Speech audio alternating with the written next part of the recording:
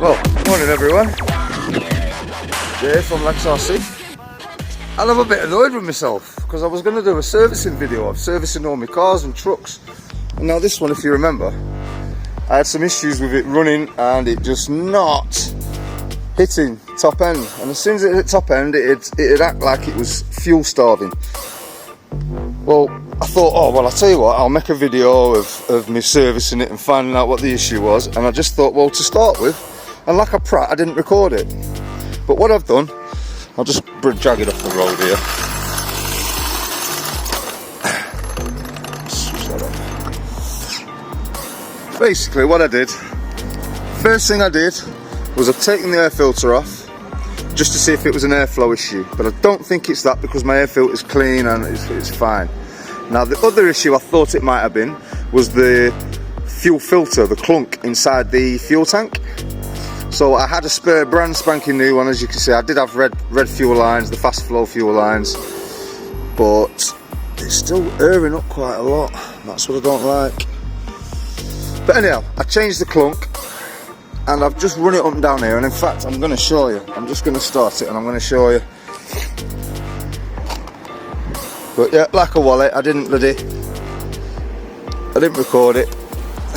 So basically what I do, switch it on at there, press channel 3 like that, and that arms or disarms. You see that flashing light? That flashing light is my kill switch. And basically if you watch the flash change as I press the button, so if I press this button, you see it's gone to a solid blue. Well, that means now that the kill switch is armed, and as second I press that button, it'll switch the engine off. But we'll do that as I'm showing you. But basically I'm just going to run it up and down the street so you can see that it's now running fine. So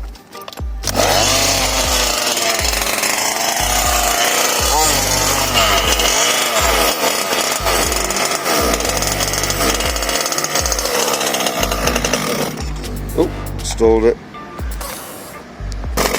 So we've got it started. I'm just going to send it down the road.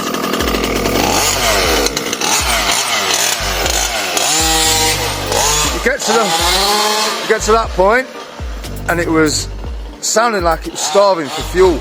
As soon as it hit top end, but it's alright now. For some reason it was just the clunk. Got a couple of other ones I'm going to come back and show you actually when I'm inside, because I've got to clean out and go through my RF5 as well. But this one, as of now, seems to be fine. And all it was the clunk, which I am mega mighty impressed about.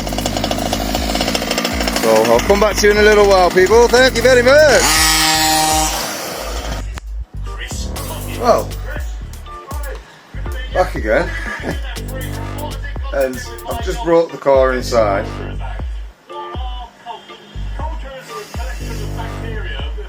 Come mate, it's up. I thought, why does it keep spinning on the spot? Rear wheel drive. You ready?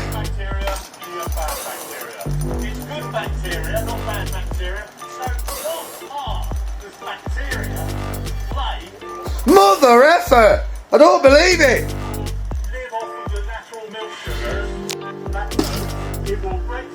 Don't know if you can see just in there. You see it? And it will also give the yogurt thickness as well. Can I see that? Yes, of course you can. Oh. Broken pin. I can't believe it. I go and test it, fix one thing and break something else. It's lucky I do have, I think I've got some pins somewhere. In fact I know I have, because I think I have. No, I have, because I gave one to, who did I give one to for the drive shaft when we was away on the weekend? So luckily I've got a pin, so that's all that is. It's a little fix. I'll show you what I'm doing as I'm taking it. It was only a 10-15 minute fix, but I'll get it set up and show you what I'm doing. Peace. Right, so basically, first thing I've got to do is take the wheel off, and then disconnect the links, steering link, and the turnbuckle, not the turnbuckle, the camber link, the link, so I can get the drive shaft out basically.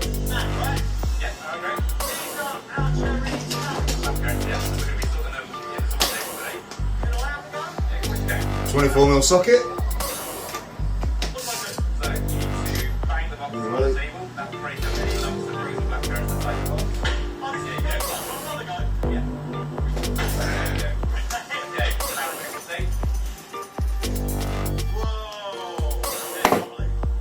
Run it off.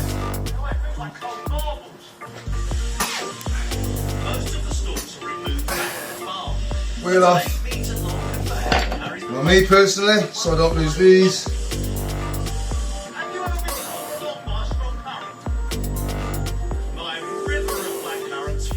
Just put them back on. You can't lose them there. Can't lose them. Alright, now we need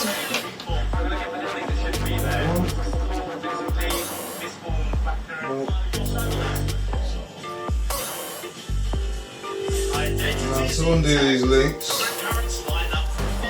This one is 3mm, that's your steering link.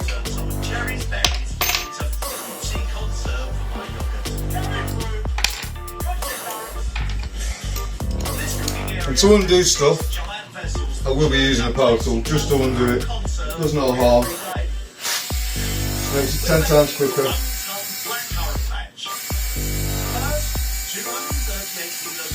I think there's a nut under here. It should sit in the plastic, but I've got a feeling it's going to drop out, so what I'll do,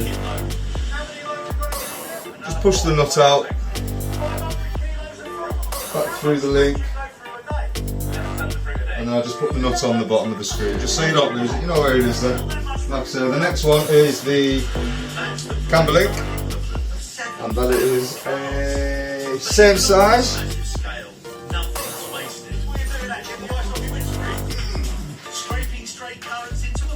Again, this one has a bolt on the other side, but it's held, I know for a fact this one is held in the plastic. But don't have to worry about it too much, about it dropping off.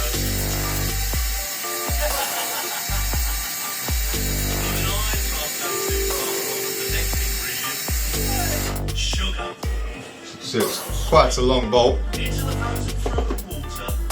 And then we'll just pull that out, and that's just for my own peace of mind. I just put it all back together, and then I know exactly where everything is. But on this particular one, the bolt will stay in the plastic. I can't get it out. Well, I can get it out, but you'd have to pull it out with pliers or push it back through, because it's tight in the plastic. It's being held up, and then literally. Oh no!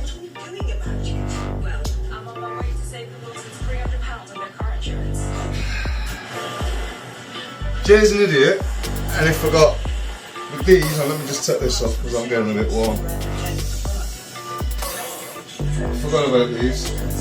These are CDD dog bones, so you can't just literally drop that out. I forgot about it, it's my own fault. So in here is a grub screw inside the hub, and you just undo that hub, that grub screw. The main pin that holds your hub onto the drive shaft is a pin, so I'll have to undo that first, which will figure out what size it is. And in this particular case, it is a 2.5mm hex head.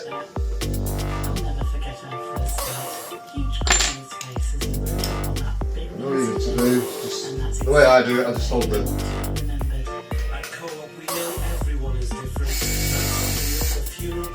Undo it slightly, don't have to take it all the way out, just enough to let the pin drop out. Pin drops out, and like I say, I just put it back together and it can go on the side here, I know where it is. And then these,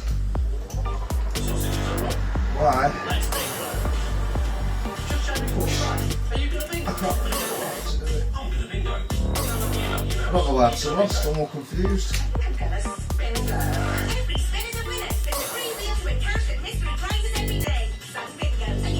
It's not looking very good, this is it for me. I'm supposed to know what I'm doing and all that. I do know what I'm doing, I just haven't taken this apart for so long, I've completely forgotten what I'm doing. So this one, right, we're going to have to undo the hub itself, back that off and pull the whole thing out. It's no big deal, I just should have remembered, that's all it is. That one, no.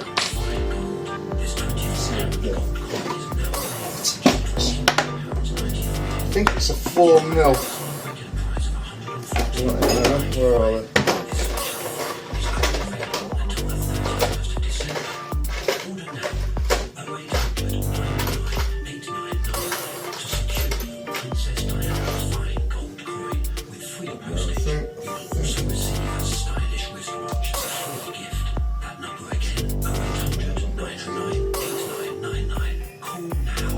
I'm gonna have to find it because now I don't know where that's gone. Bummer. Oh. You know what? I'll just do it by hand. It's easier. So I'm messing it about. Just quickly do it by hand.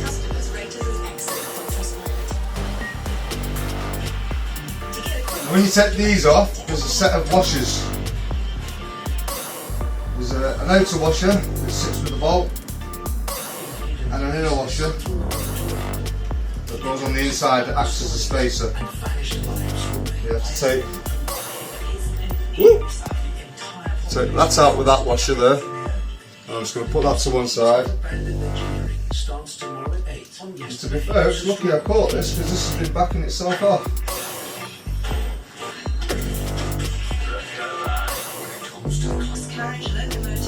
There they are. That's what I wanted to show you. Pin's gone. Pin's missing. I'm hoping I've got one that'll just slide and catch. Otherwise, it's going to be a brand new CVD joint. But the inner washers, sorry, they're not washers, they're brass bushings or bushings, whatever they are. It's like a spacer and a bushing, goes through the plastic, obviously to stop it wearing down. Right, now, I'll come back to you in a minute, I just need to find the pins. I found them. Don't know if they're going to fit, don't know if they're going to stay in, but we're going to see. Fingers crossed they fit, because if they don't, I'm kind of screwed. I'll have to order a new CVD joint. Don't particularly want to do.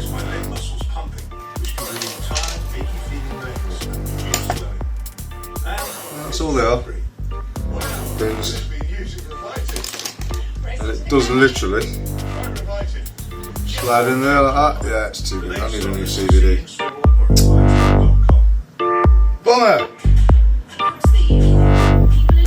New CVD joint.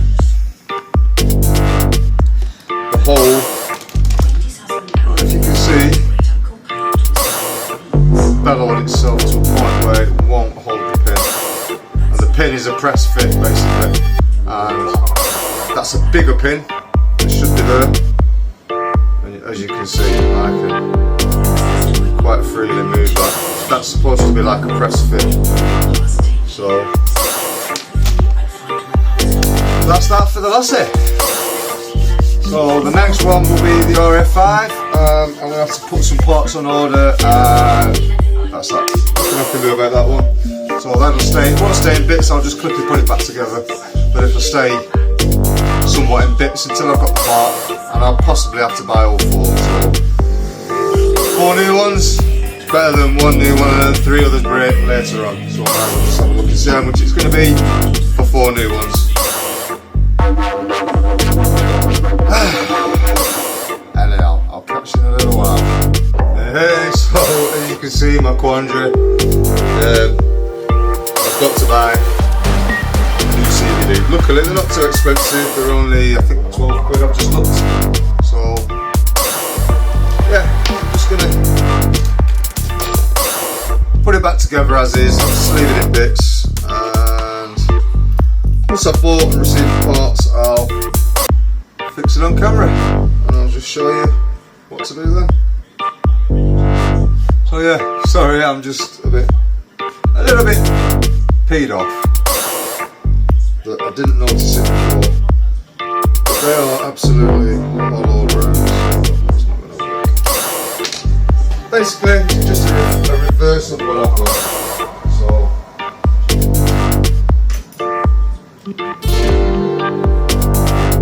just quickly show you this. I'm actually glad not to replace the whole thing.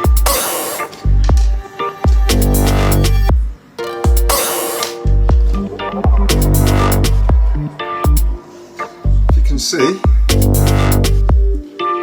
CVD pin snapped as I was trying to put it back in, so I'm actually glad it's reared its ugly head. As you can see, the pin has snapped completely in half. It's lucky, I mean, I've got CVD pins that'll fit, that's not an issue. Pins that'll fit well.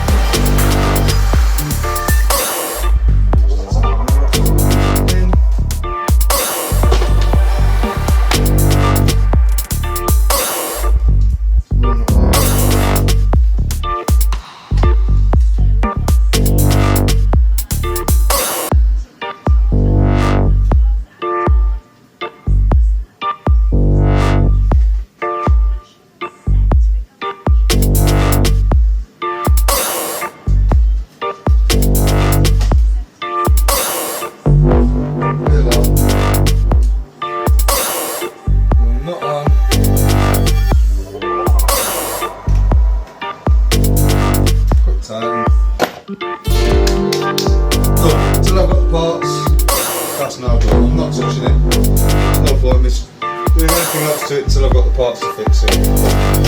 So now it's RF5 time.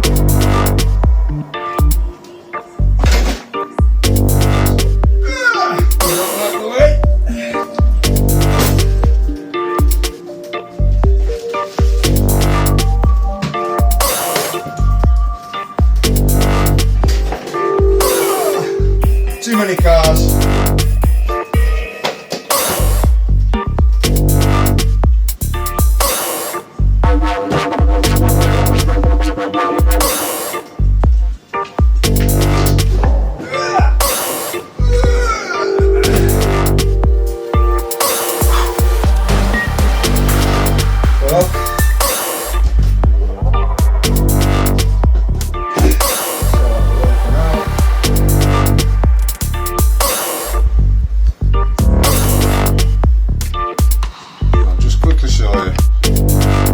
Show you what was happening.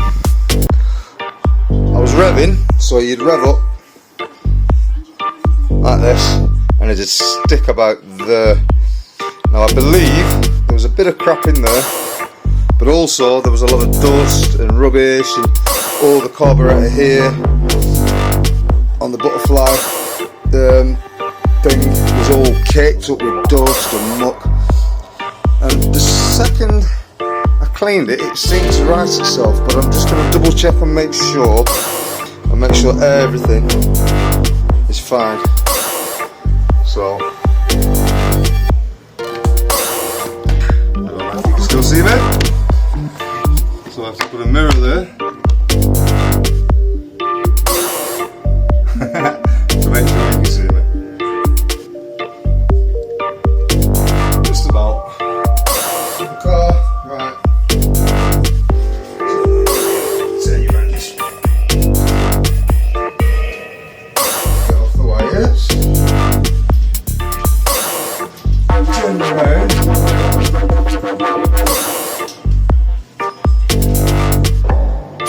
Basically, I'm just going to switch it on, put power to it, double check, do a quick clean and spritz, and just make sure there's no crap and rust and whatever, caking it up.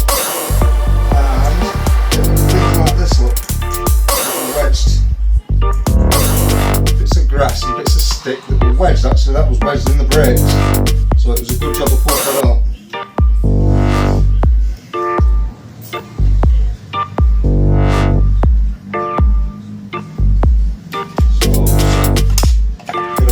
Remote.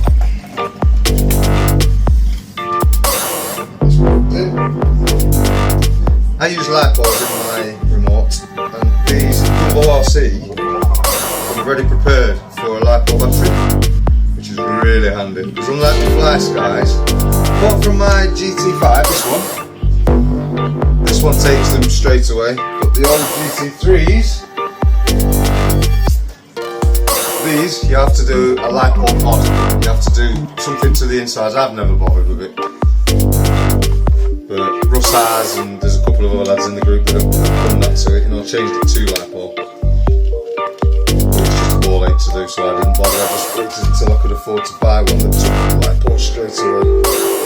But like I said, the Dumbos come already ready plumbed in for a light bulb battery. So stick it on.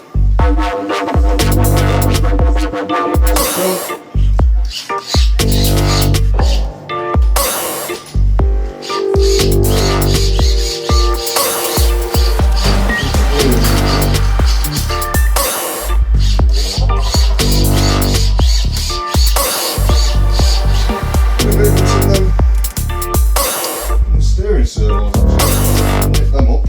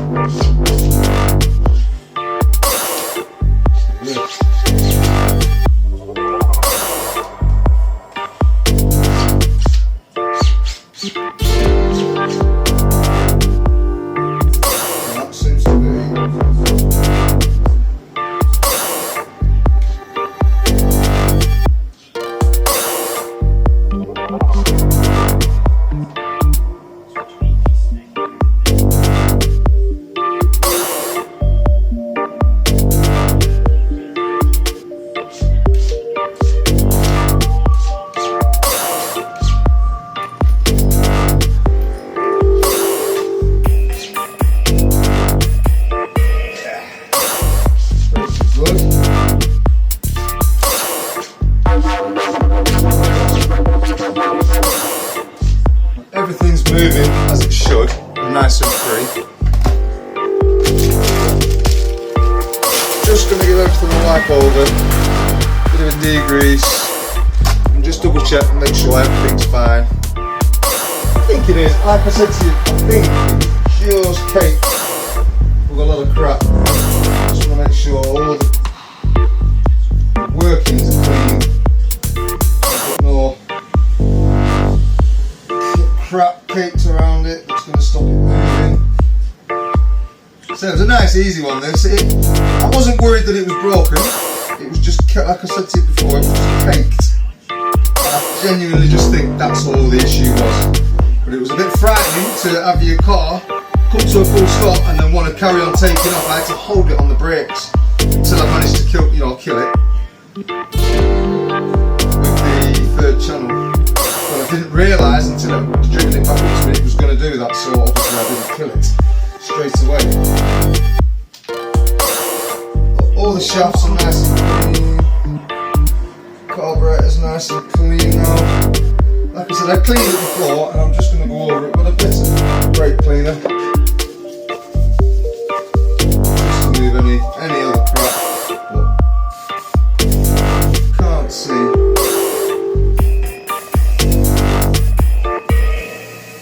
there being any issues whatsoever. Up to the point, I've had this car, I know about it now, August to August, so yeah, I've had it over 12 months now, just 12 months. Now, the only thing I've broken on this car, the RF5, so I'm just going to say to you that this isn't like a review as such, because I don't know if any of you know, I won this car when we went to Bashfest last August. I won this car for £1 on the raffle. So basically doesn't really stand me anything. So I've driven it really hard, and the only thing that I've had to change was the front diff, which I've actually made a little short about. I've changed the front balance because I ripped that off. I was watching everybody do jumps and I thought, well, I want to jump, so I jumped and it nosed into the ground and ripped the splitter off. And that's, what else did I do? That broke the diff case, but like I said, that was my own fault, so I can't even put that down to the car or any faults, because that was something that I did to myself. But for a platform, these RF5s, and they are called an RF5, an F5, and they've just brought the buggy out, which is a copy of the RR5 MCD. This is a copy of the XR5 MCD, but it's basically the same platform. And the Rovan one is a copy of the MCD RR5, it's called a D5, which is basically the same chassis as this, but just made into a buggy rock, basically. Lead back bumper, lead front balance, longer shaft, longer shocks, and slightly longer arms, I think, to make it a buggy. But like I said, anything that's broken on here is down to my own fault, so I can't even knock the car, I can't knock the Rovan. The only thing I have changed, and I changed within the first week or so, was the engine. The engine that comes with them is a 36 twin ring. Now I'm not knocking the engine, because the engine run fine, and it cracked up first bar every time, one pull and it started. My issue with it was, for some reason it just didn't have enough power to power this car. Now I took it out and I built a full aluminium build bar harp, and I thought, ooh, what engine can I put in that? And I thought, you know what, I've got a brand new engine, a 36, put that in there. Now what went into this was a 32 Zenoa Scott Finley MX edition, and then I put the 36 twin ring into the bar harp. Trust me, the bar harp absolutely ripped with that engine in. Now I personally believe the 36 just doesn't quite have enough torque to power a 4-wheel drive. But the 2-wheel drive suited it perfectly, because the car was an absolute flyer, and actually I sold that car with that engine in. And I mean, the braking pins in that thing, it was ridiculous. So for a 2-wheel drive car, the 36 twin ring Rovan was a perfectly good engine for that. But for this setup, I don't think it's any good.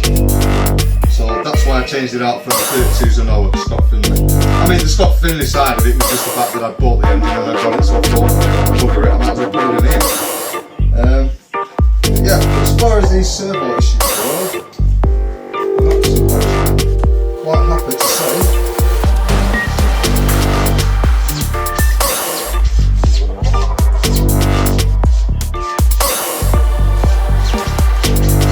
yeah, I'm happy.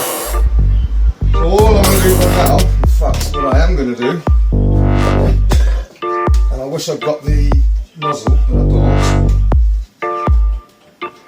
GT85, it's got PTFE and it's wood protection, and this is the stuff I use after every run. I say, I haven't even touched this car since we came back from the weekend, so it's my fault. Yeah, GT85 after every run, clean it off, wash it down, spray everything called Roy bearings and everything with GT85. Or WD-40, but I prefer to use GT85 because WD is literally just a water inhibitor rather than it's an oil, but it's more of an inhibitor than it is a protection, if you will. It just helps you. And I'm just chucking all this rubbish on the floor because I'm going to do it up anyway.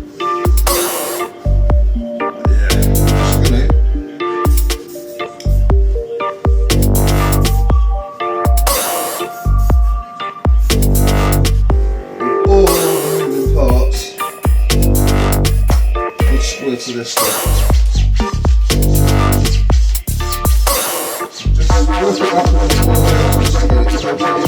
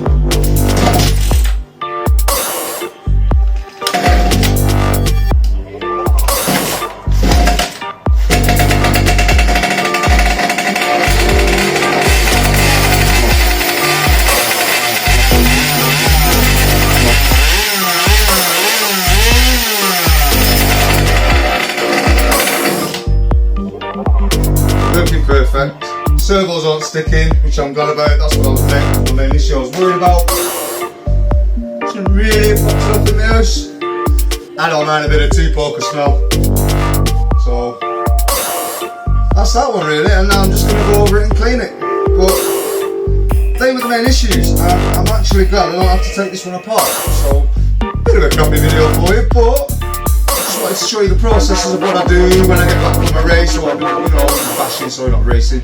But get them in, strip the wheels off, which I will do off camera. I'm not going to bore you with that, but I just strip the wheels off, pull over all the bearings, everything else, give them a quick spray GT85, and that's it. So I don't know if you've enjoyed this video, but I would appreciate it if you did. Maybe leave a like, maybe leave a little comment, some suggestions, anything, I don't know. And consider subscribing to the channel because everything helps, and I'm blown away by the response. Thank you very much, people. See you in the next one, which should be Tuesday. Don't know where we're going yet, but should be Tuesday. Peace out, people! Just a quick overview after I've gone over it. Nice and clean, shiny. Like I said, I've just gone over everything and made sure all the bearings and everything nice and oiled. Got rid of all the squeakies and the dry bearings.